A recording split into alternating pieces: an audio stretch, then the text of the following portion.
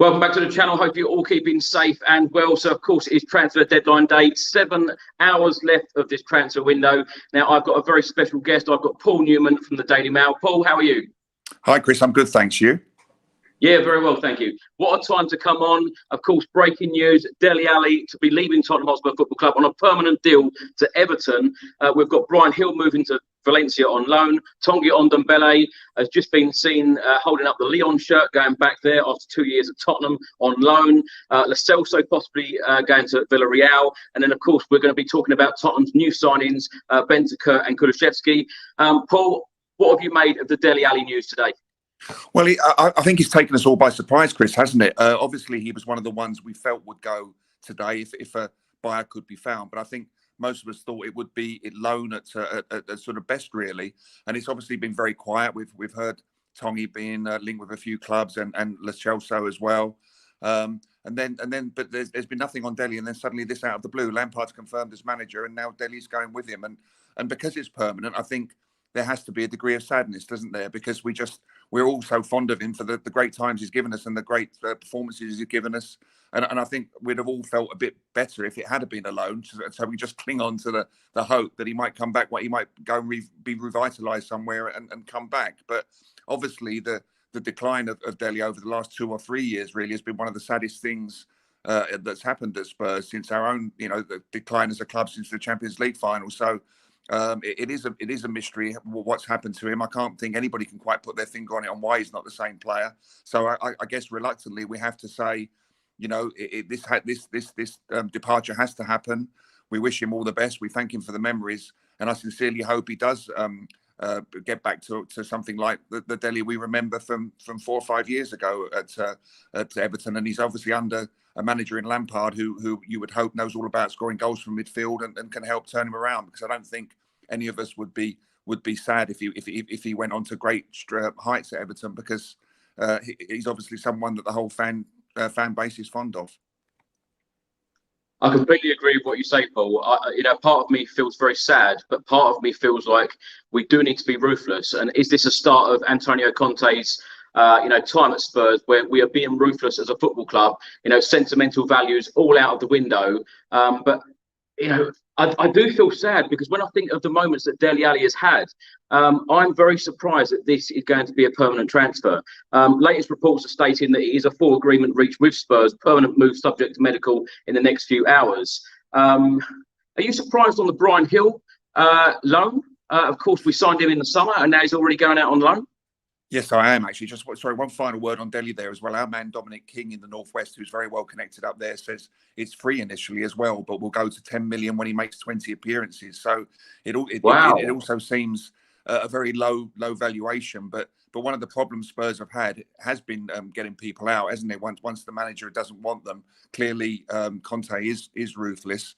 And you think, if we could have sold him a couple of years ago, we might have got 80 million or whatever, or 3 years ago, more 80 million. But then if you do that when the players are still at their prime, you get slammed for a lack of ambition, don't you? And we all feel, well, we're not going to be the big club we want to be if we're selling our best players. So, but I'm surprised again that it's a low fee, but maybe getting 100 grand a week plus wages off the wage bill is more important than a transfer fee these days. We saw it with Sissoko in the summer, didn't we? Going cheaply, and Alderweireld and Aurier actually being paid off. So that's the way it is these days. But sorry, to go back to Bryan Gil, yes, this one really baffles me, and this is again a negative reflection on Spurs' transfer policy. I think this is a highly promising young player brought in by Paratici in the summer. Everybody said we'd done well to get him. We sacrificed Lamela in the purchase of him. Now, whatever people think about Lamela, he was totally committed to Spurs, and he always had our interest in heart. And I was quite fond of him, but he had a lot of injuries, never quite lived up to his own reputation. So the time to move him on was probably the right one. But so we get this young guy, one of the best prospects in Spain. He's hardly got a look in. New manager comes in who clearly prefers to work with finished products, doesn't he? He doesn't want to work with a young player who might get good in a year or so. And I can understand that. That's the manager we've got. But it just seems odd that he's going back to Spain on loan. You know, if he's going to Valencia, as we hear, I don't think that one's been actually confirmed yet, has it? But it does seem to be happening. Then what is he going to learn if he goes back to Spain and just competes in the same league where we know he can compete? You know, surely he should be going to a Premier League club or even a Championship club so that he can learn to the strength of playing in England, because that's the only thing it seems to be lacking. I don't think he's had a proper chance yet. We've only seen him in glimpses, haven't we? We've only seen him in cameos. I'm not certain that he's not ready for the Premier League, and he's only a year younger than Kulusevski, isn't he? So you know, he's not exactly a completely raw player. So this one does surprise me, particularly if we're only getting in the 2 Juve players today. If we're not bringing in anybody else other than that, and you know, there's obviously a few hours to go. We'll see how it goes. Then I'm surprised Hill's going. I can understand the 3 that Conte has clearly decided do not fit in his plans in Tanguy, Celso and Dele. And if they have to go, then so be it, because they're clearly not going to feature in his squad for the rest of this season. But Hill to a Spanish club, to me, is a surprise. Do you think it would have been better putting Bryan Gil out on loan at a Premier League club or a Championship club in the UK, Paul? Absolutely, yeah, I think it's very much so. You know, because what is he going to prove if he does well in Spain? You know, we just know he can do that. I really think he would have been perfect. Say a Leeds or a Brighton or somewhere like that, to just see how he can go, play or somewhere, anywhere in the Premier League or even the Championship, where we know he's going to be a regular player, ideally in a team that likes to play their football, and just see how he goes, because it would be an awful shame if Conte is going to turn his back on Hill already. Surely with him, he'll come back into the frame in the summer, you would hope. But I don't see how further advanced in his education he will be by spending 6 months in Valencia. Well, we've seen video clips online of him arriving in Valencia. Deal confirmed to be announced by Spurs this afternoon. Straight loan until June 2022 with no options included. Now, in the last hour or so, we've seen pictures of Tanguy Ndombele at his old club Lyon holding up the shirt. Paul, what do you make of Tanguy's time at Spurs? 91 appearances for us to date, 10 goals. Hugely disappointing, isn't it? Hugely disappointing. I remember how excited I was when he signed. I remember how pleased I was that we'd actually got our business done early for a change in that summer of 19. You know, we'd lost the Champions League final. Obviously, the problems with Pochettino went back longer than that. You know, we knew that Poch had been saying some odd things for about a year. He seemed to be a bit unsettled. And I felt we had to make a big impact in that summer window after the inactivity that cost us so dearly before that, when the Poch team were at their peak. And we got this guy in that everybody seemed to want. You know, I know people have said now, did we not do our due diligence? Did we not see that he had problems with his attitude in the past, and he'd only been at the top level for a couple of years? Well, yes, that's true, but we were taking on one of the most gifted young players in world football, it seemed at the time, a player that we'd seen destroy Man City for Lyon in the Champions League, and one that all the big teams wanted. So I don't think we can say that I don't think we can blame Steve Hitchin, or I don't think we can blame, you know, say we made a bad mistake there. It's just something that hasn't worked out, and you have to look at the player himself as the reason why it hasn't worked out. Because he's worked for several managers. People have tried the carrot and the stick, haven't they? It seems to all sorts of methods have been tried with him, and he just doesn't seem to get the message. And there's no way that someone like Antonio Conte is going to put up with such an individual who's not prepared to play in a team environment. And it's a huge shame it hasn't worked out. I do hope he you know, now he's going back to a familiar club. Of course, we heard that he had delusions of grandeur as well. He was looking at Real Madrid, he was looking at Barcelona, he was looking at PSG. Well, he's gone back to the team where we signed him from. Let's hope he can, in that environment, he can get back to where he was. I know this is a loan and with an option to buy, isn't it? And the same. It sounds as if they're paying £1.1 million to us to loan him, and then the same price we paid, something like 58 million, isn't it? If they want to buy him back in the summer. So yeah, if we end up, it's a buy option of 65 million euros, and it's only valid until the summer of 2022, and Lyon will pay part of his salary. That was always going to be a problem, though, wasn't it? When you've got a player like this on £200,000 a week, it's always going to be a problem of what clubs are going to come in and pay that money. Absolutely, and I wouldn't be surprised at all if Spurs are having to subsidise some of that, as you say, that part of the salary. That they've clearly paid a loan fee, but are they paying all the wages? But again, it had to happen. And when he you know, when he trudged off against Morecambe and he left so slowly, he couldn't even dominate against Morecambe, couldn't he? That was such a disappointment. Yeah. When he trudged off, then you really did get Hossam Ghali vibes, didn't you? You know, not as bad as throwing down the shirt, but to walk off so selfishly and slowly in a game which we're losing to the lower league opposition, you did think that's it. He can't play for us again, and so it transpires. And I can't imagine there's any way back for him. So, but I do hope he succeeds. I compare it in some ways to Adel Taarabt, you know, not anything like the transfer fee or anything like that. But I used to watch him in the old reserve games over at the Orient and think, you know, the ability this lad's got, but maybe he had attitude problems, maybe he didn't apply himself, maybe he was too much of an individual. And the same thing happened to him, you know, but he finally found himself at Benfica, didn't he? Reinventing himself as a defensive midfielder. So I hope Ndombele fulfills his talent. He has got incredible natural ability, and it would be a great shame if he doesn't. But I'm afraid it's not going to happen for us, and that I'm less sad about that departure today than Dele's really, because it had to happen for all concerned. The thing is, though, Paul, with Ndombele, all of us Spurs fans, you know, we've got to all hope this deal works out and he plays extremely well for them, because we want him sold at the end of the season, don't we? Because that is going to be a problem in the summer if they don't want to buy him. Yeah, absolutely. Yeah, we do need him to thrive. Because there's no point saying, oh, if he does well, come back to us and start again. I think we're beyond that point, aren't we? And you know, the point you've made, Chris, you made it on here, you made it on Last Word on Spurs about ruthlessness. We do need to be ruthless.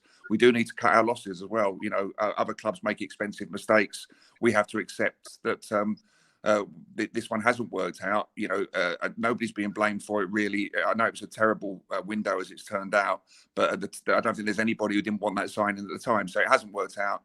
Cut our losses and let him go in the summer, because as you say, at 200 grand a week, if he comes back in the summer, he'll be a millstone round our neck if Conte's still around, you know, please God, and we're building and trying to really go for it next year, ideally, you know, with that Champions League place. If we can get fourth this season, then he doesn't need to be around. So yes, we need him to play well, and hopefully Leon will pay that figure, and then nothing will have been lost by Spurs other than 2 wasted years when we hoped he would be one of the best midfield players in the country. Yeah.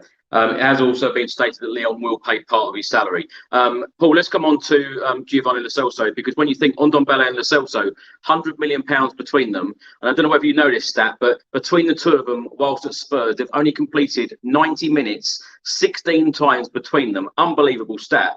Villarreal are in the race to sign Lo Celso on a loan deal. Emery wants the player. Clubs are discussing salary to be covered again. Spurs want this salary covered 100%, but they are willing to let him go out on loan. What do you make of this situation with Lo Celso? Well, he's someone that I have tried to defend over the last year or two. A group of Spurs fans, we have a WhatsApp group, and I've always defended him because of what so many other people have said. I've watched him play for Argentina, and he looks wonderful. He always seems to play really well for them. He links so well with Messi in a sort of, you know, number 10 role, really, isn't it? But he can come deeper. And there are times when you watch Argentina, something happens, something fantastic happens, and you think, is that Messi or Lo Celso? And it turns out to be Lo Celso, you know. So I've always thought, why can't he do it with us? And I've always put it down to injuries, stop-start, not getting a proper run, etc., etc. But I'm afraid I've given up on him now. He does seem to not really want to be at Spurs, does he? That's the impression you get. You know, we know that his social media is all about Argentina and not Spurs.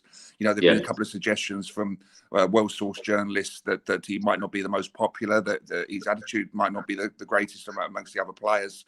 So I'm afraid that's another expensive error, really. 40 million, was it? And big wages. I think he's a very modern player. He's someone that I really did think should have been able to succeed. He was never going to be an Eriksen replacement, but he's someone who should have succeeded in the Premier League, and he just hasn't. So again, we need him to go. Obviously, it's not as advanced as Tanguy. Tanguy is now official, isn't it? And we haven't heard whether Gio's official or not yet. But it needs to happen simply because Conte has to be given the squad he wants. He has to be given players who he wants to work with and who want to work with him. And if that means a streamlined squad for the rest of the season, if they're all committed, then so be it. It can only be stronger. But I do worry slightly that if 3 or 4 go out, if Hill's the 4th and Gio goes out as well, and we only bring 2 in, are we leaving ourselves a bit short there? If it only takes a couple of injuries and suddenly we've got a very Spartan bench again, haven't we? But I'm afraid, you know, if he's not going to use them, it's not weakening the squad, is it? Because the way they were all left out for that Chelsea game, those 3 players, clearly he's not going to play them again. So the reintegration process would have been a difficult one. So they all do need to go today, and that includes Celso. But before we talk about the two new signings, give me your thoughts very quickly on Christian Eriksen. Would you have liked to see him back at Spurs? Well, yeah, the romantic in you says it would have been lovely, wouldn't it? I mean, and I'm so pleased to see him back. I mean, obviously, we were all so distressed at what happened to him, and it's amazing that he's coming back to the Premier League. But I wouldn't have thought it's one for Spurs now, because simply, the guy's been out of the game for quite a while now. Surely it's going to take time for him to get back up and anything like the player he was at Inter Milan and before that with us. So I would think it would be a gradual process in Brentford for the rest of this season. And really, we need players who can go into our first team, aren't we? And whether the two Juventus guys can do that, we're about to see. But it would have been lovely to see him back. But I'm just delighted he's back in the Premier League, as everybody has been saying today. It's a lovely story. Love to see him get back playing really well. I think everybody's had a soft spot for Brentford this season. The way they play, they've got a very likeable manager. Good luck to them. I hope they stay up, and I hope Eriksen sets the Premier League alight against everybody except when we play there. And it's just a shame that the home game against Brentford has already happened, because it would have been lovely to have welcomed him back, because we never really got to say goodbye properly, as with so many of them. But wonderful story, and all the very best to him. Now, Paul, later on today, Tottenham Hotspur will announce two new signings, Rodrigo Bentancur and Kulusevski. Now, what do you make of these two new signings? Because you've just taken the words out of my mouth there about players walking into the starting 11. In this January transfer window, I believe that Spurs need players to walk straight into that starting 11, not players for the future, not players to sit on the bench. Will these two players walk into the starting 11, and are you impressed by these signings? Well, I think the jury's still out on that, Chris. I'm really not sure, because, you look at their records at Juventus this season, and neither of them have set Serie A alight, have they? Bentancur has in the past, I think, been a more sort of reliable, successful player. I keep on forgetting his name. Kulusevski is more unproven, isn't he? He's 21. Did very well in Serie A at Parma. Hasn't been so good at Juventus this season. So it's a bit of an unloan, isn't it? Clearly, Paratigi likes them, which is good. And maybe they needed to recoup the money because they bought Vlahovic, who's obviously the player we would have loved to have. So maybe it's not such a sort of worrying sign that Juventus are happy to let them go. But I don't, we always knew that the priorities for this transfer window were a right wing back, a striker, and a creative midfielder. And I don't think these guys fit the bill. That's my only concern. It seems that Paratigi has had all this time to work on this, and he's gone back to his old club. And clearly they're players that Conte wants to work with. They must be. I can't imagine that they're being brought in if they're not. So that's obviously a plus. And if he wants to work with them, and if they're committed, then hopefully they fit in. But I'm not sure they get into our first choice lineup initially. And as you say, that's what we needed. If we'd have managed to sign Diaz, he would have walked into our first choice side. Even though again, it's not the positions we most need players. And if we'd signed Traore, even though people say, well, Traore, I agree with the reservations about Traore's end product, but it would have been fascinating to see how he'd gone as a wing back. So it doesn't appear as if we're getting our first choice players. It's all a bit scattergun again, isn't it? But all we can do is trust Conte's judgment. All we can do is trust Paratigi's judgment, and let's hope very much so these players do fit in, because Kulusevski, that's it, might be able to play number 10. He might be able to play behind Kane and Son, perhaps, and so that you can see him fitting in there maybe. But Bentancur maybe is he just an upgrade on Winks? Is he more of a defensive midfielder? I'm not sure. So we will see. But slightly underwhelmed, I must confess. But a little bit more upbeat than I was a couple of days ago when Liverpool came crashing in for Diaz, and I thought, this happening again. We're not going to sign anybody. So at least two players with decent pedigrees are coming in. Well, are you expecting a very busy summer? Got to, Chris, haven't we? I just sincerely hope that that Conte is in this for the longish haul, that he's not going to get disillusioned and walk out. I've been very worried that there's still signs of Levy's methods in the way we've conducted business in this transfer window, even though Paratigi is now in charge. It's got to be a huge summer. We've got to push for fourth place. I just feel that if we can get one more signing before 11 o'clock tonight, one more good signing, that would strengthen us so much. Why won't our board speculate to accumulate at any level? But it's going to be a huge summer. If we can just get fourth place, it would make it such easier to sign better players, you would think, and we'd be ready to really launch on under Conte. But yeah, I just hope he's around for another 18 months at least. Otherwise, if we lose this manager through our dealings in the transfer market, then I really think we've got problems. Paul, last two questions for you. If the transfer window ended now, would you be happy, and what rating would you give it? I'd like a third player, obviously, you know, because I've been so wounded by transfer markets, the transfer windows so often in the past, Chris. Until those two guys from Juve are holding up the shirt, I still think, well, hasn't been confirmed yet, but let's presume those two will be confirmed in the next couple of hours. I'd like one more player for it to be a positive window, especially if 4 are going out. Even if 3 of them were not going to be used by Conte, I'd really like an attacking right wing back, because I've got reservations about Royale and maybe Doherty will come good, but he was good in the second half against Leicester, but I'm not sure. One more player makes it a 7 out of 10 for me. If or maybe even an 8. If we lose 4 and bring in these 2 guys from Juve, I reckon that's a 6 out of 10. And if it did end now, is it enough for top 4? I hope so. Yes, I think so. If Conte's committed, if Conte is happy with the squad he has, and if all the, you know, we've seen what he can do with Winks, with Davies, with Dyer. You know, he improves players, and that's what coaching should be all about, isn't it? Poch improved players. This guy can as well. If he's happy with the squad, and touch wood, we keep everybody fit. We desperately need Romero back. That would be like having a new player if he's fit and raring to go for Brighton on Saturday. So I think it is good enough to get top 4, but I do worry about Man United in particular. It's going to be quite a tight race, I'm sure about that.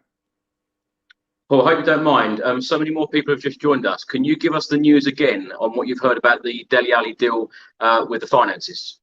Sure. Our man Dominic King in the Northwest, our man at the Mail, Dominic King, who's very well connected up there, says that it's a free transfer, but Everton will have to pay £10 million when he makes 20 appearances. So unless something goes drastically wrong, we're going to get £10 million for the deal. And when you think what Dele would have been worth a couple of years ago, it sounds very low, doesn't it? But at the same time, when people say, oh, we should have sold him, you know, when he was at his peak, or we should have sold Eriksen when they were at their peak, I always think, well, what would that have said for our ambition as a club? The fan base would have been in meltdown if we'd sold our best players for, even if it was for 80 or 100 million. I suppose the knack is getting rid of them at the right time.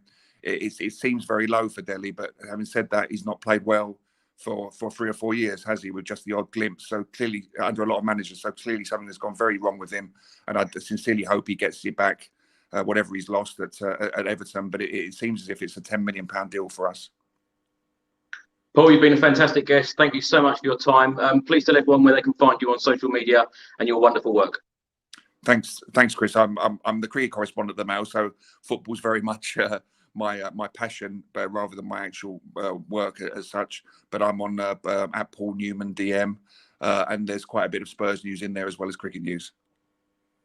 Paul, thank you very much, and let's hope that you can come back on the channel very soon. You've been a wonderful guest this afternoon. Thanks to everybody for watching. I'll see you in the next video. Until then, come on, you Spurs.